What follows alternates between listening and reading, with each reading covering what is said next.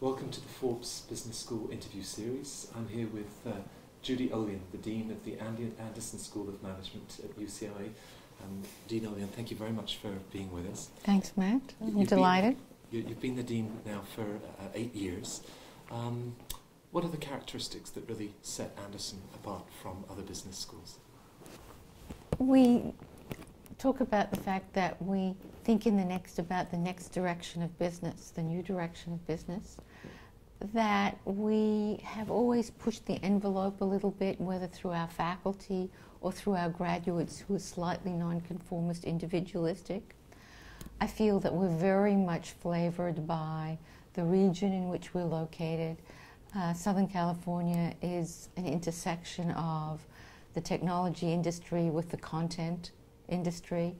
It's not just entertainment, it's biotechnology, gaming, throughout.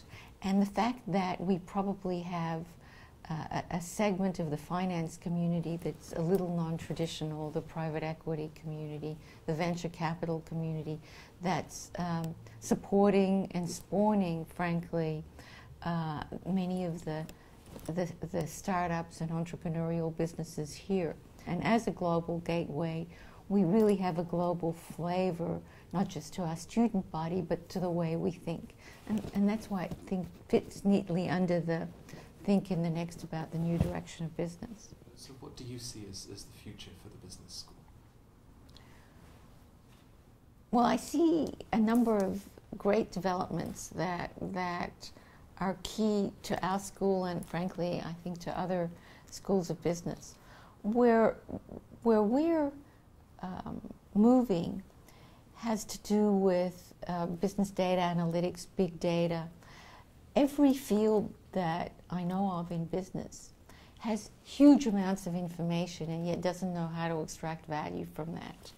And we need to help leaders in every organization exploit the power of data.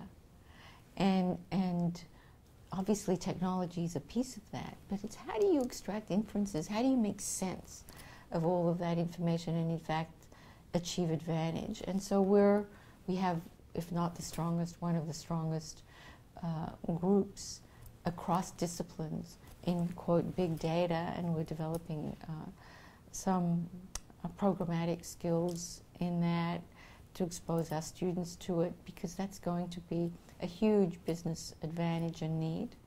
Are people born leaders, or can you develop leadership skills?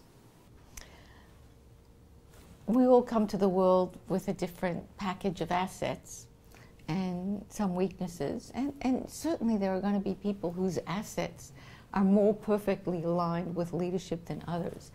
But I am so convinced and have seen over the years, even in my own experience, that over time, through a variety of interventions, which I'll mention, one can radically improve one's leadership capabilities. I believe that the building block of leadership is self-awareness.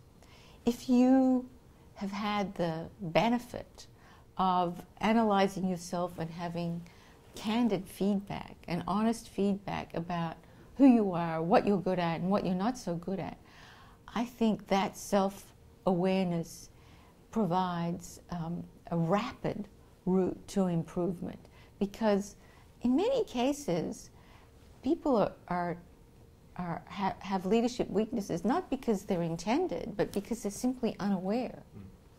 And awareness becomes a critical building block, because most people are motivated to be better and to indeed improve their leadership impact. For business schools to attract more women into their MBA classrooms, more women faculty, and more women deans at the top business schools like yourself, what needs to change?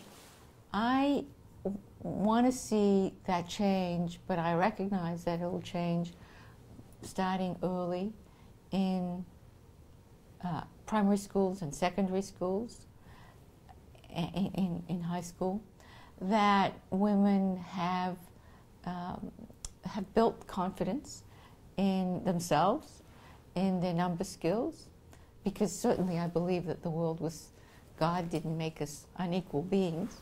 And so it's partially a question of what they're reinforced in, these young women, and what self-confidence they build. We also have to create support structures for women in the workplace that enable them to go into the corporate world, which is still the dominant form of business employment.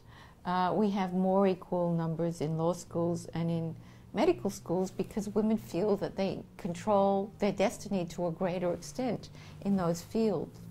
And yet, because we delay admission into business schools by about 3 to 7 years, the average is 5 years, women are already more involved in other parts of their life, and they don't have the support that they need to exercise all parts of their life.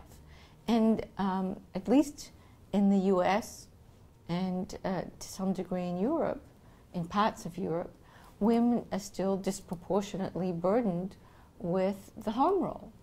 And it's very hard to juggle both, especially when you're talking about admission into a school, a business school, that is delayed. So it isn't what happens at the gate in business school. It's what happens all before you get to the gate and also around societal support. That said, I think it's crucial that we as business schools provide easy paths for women to see how they fit into the culture of our business schools, that their careers are supported, that their leadership aspirations are supported, that they see role models around them who are women, whether among alumni and faculty. And we have to do more on that front, and we're certainly committed to that at UCLA Anderson. What advice would you give Anderson MBA graduates as they go out to start the next steps of their career? At this last commencement, I picked out 3 messages or 3 tips, if you will, of all of the lessons learned from our leadership class. And the 3 I'll mention are, number 1, and this is actually from something that we read by Clay Christensen, is 100% is a lot easier than 90 or 98% in terms of your ethical framework. And that is, if it doesn't feel right, don't compromise in any way. Just say no. Don't say this is going to be one exceptional time, or I'll do almost all the right thing, but I'll just make one slight change to the way we're doing the books, or paying suppliers, or exercising product control, etc. Don't ever compromise, because once you get to 98%, it gets a lot easier to get to 90% and then 80%. And in the end, you're either lying or violating not just principles, but regulatory requirements. So be uncompromising, unfailing in unequivocally adhering to the 100%, because that's frankly easier than even the 99%. Second is, failure is part of success. Expect that you're going to fail sometime, because if you're not going far enough in what you're risking or what you're testing. Because if you're always staying in the safe zone, you probably won't fail, but you're always staying in the safe zone. So expect failure as part of your growth trajectory, as part of the way in which you build, grow yourself. And third, be very self-aware, what I said earlier about leadership. Number 1, you'll be a much better leader. Number 2, you will understand what you're passionate about and what you love doing, which makes work so much more fun. And so self-awareness has so many benefits around leadership impact, but around also the love of what you do. What did you hope to become when you grew up? Well, it was certainly not part of my plan to be a business school dean, though I consider myself incredibly lucky and privileged. I backed into every kind of career decision that I was making. And it just, over time, one of the things I say to men and women, that one of the most important career development tools is yes. You just say yes to stuff that people dump on you and say, would you do this? If at all you can bring yourself to say yes, that's probably a career development opportunity, because you're learning new skills and you're becoming visible in new ways to people, and you become known as a can-do person. So yes was a great career development opportunity, but it was certainly planned. And over time, I became more aware of skills that I probably never knew I had just by saying yes. But if you had to have asked me when I was 10 or 12 what I wanted to be, it was probably a ballerina. Because I loved ballet, I still love it. Though I'm grateful that I didn't do that, because my career would have been not successful and certainly truncated, because it's such a difficult career. But I worked so early on in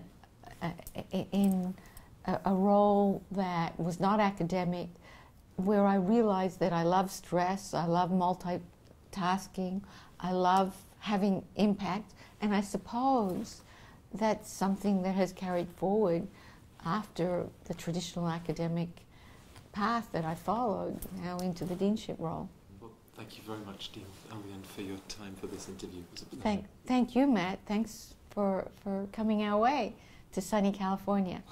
Thank you.